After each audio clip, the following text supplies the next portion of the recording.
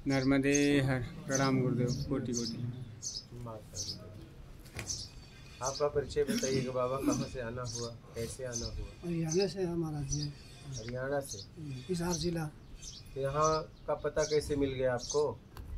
ये जी फ़ोन पर देखता रहता था, तो एक दिन तो कौन कैसे जैसे ये सारे मिल रही शाखे, मैं तो एकदम नरसिंह भगवान मिल गया ऐसे देखा था। फिर प्रवचन सुने थे, बस जिस दिन उस दिन का आने लग रहे हूँ, अनजान आता आ नहीं सका। किसी ने कहा था चाचे लड़के में मैं चलूँगा, कोई रिश्तेदार, टाइम नहीं था। फिर और दिन तो थोड़े रह गए, 2-4 दिन रह गए, तो मैं कल सुबह 4 बजे रवाना हो गया।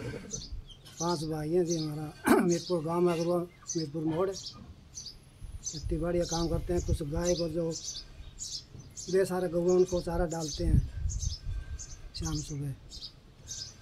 कोई वक्त वो सामान दे दे, उसने 2 कनाल जगह लेके न उनकी देख रेख मैं करता हूँ। वही साथ में रहते हैं। आपके शरण आए हैं। बात समझ में आ रही है? क्या करना है अब? कितने महीने से सोच रहे हो? हो गया 2-2.5 महीने हो गया। तो क्या समझ में आया? मेन ठीक काम करना है और निकलना है जैसे कैसे गुरु जी की कृपा। निकलोगे कैसे? कुछ निकलने के लिए कुछ पॉइंट पकड़े, कैसे निकलूंगा? वो ये किसी से धोखा नहीं करना, किसी से दुख ना पहुँचे कोई प्रकार। ऐसा हो रहा है अब? हाँ, वैसे थोड़ा बहुत पहले मैं संत हो जाता था, फिर अब ज़्यादा हो गया जी, अब पक्का में हो गया। शादी किए हो? हाँ शादी है जी। तो सबसे ज़्यादा दुख किसको दिए? पक्का बताना। रमजान सभी को दिया हो जी। मेरे न्यू तो होता है जी, फिर इतना दुख तो नहीं दिया, माता को ज़्यादा दुख दिया। किसको? अपने माई को? आज वो अनसमन थी, फिर वो जब संविधान हो गए तो हम घर में 5 भाई हैं। 500 में माँ का किसी बेटे में ज़्यादा मोह होता है, किसी में कम होता है। तो मेरे में कम था मोह।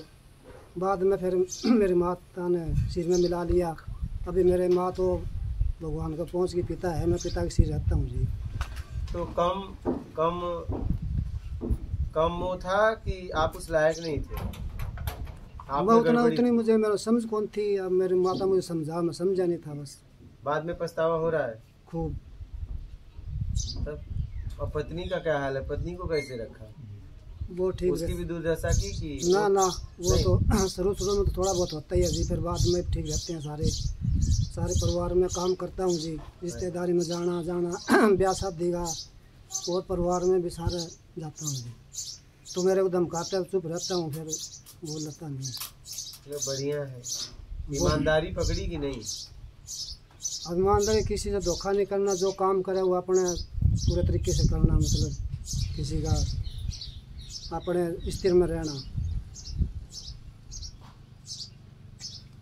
और किसी को जैसे मेरे से कोई रूस गया है तो फिर उसका काम कर देना, उससे काम नहीं लेना, ये सब विचार है।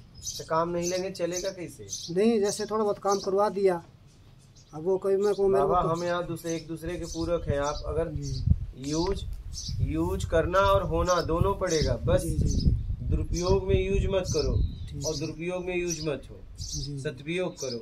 ये संसार ही ऐसा है। अगर कोई कहे नहीं मैं बस उपयोग हुआ, ऐसा नहीं है। उपयोग कैसे होगा? उपयोग आप हुए तो आप भी किसी का उपयोग किए, तभी आप उपयोग हो पाओगे ना। ये तो होगे कैसे? यहाँ सब एक दूसरे का उपयोग कर रहे हैं। उपयोग में इतना ख्याल रखो कि सदुपयोग करना है, बस दुरुपयोग किसी का न करना है, न तो दुरुपयोग होना है, बस इतना ख्याल रखना है। यही आपको मुक्ति तक लेके जाएगा, यही आपको परम सत्ता तक लेके जाएगा। इतनी सी बात। उपयोग तो होना ही पड़ेगा, आप चाहो या ना चाहो। संसार ही ऐसा है बाबा। उपयोग होने में सदुपयोग हो जाओ, बस बात खत्म।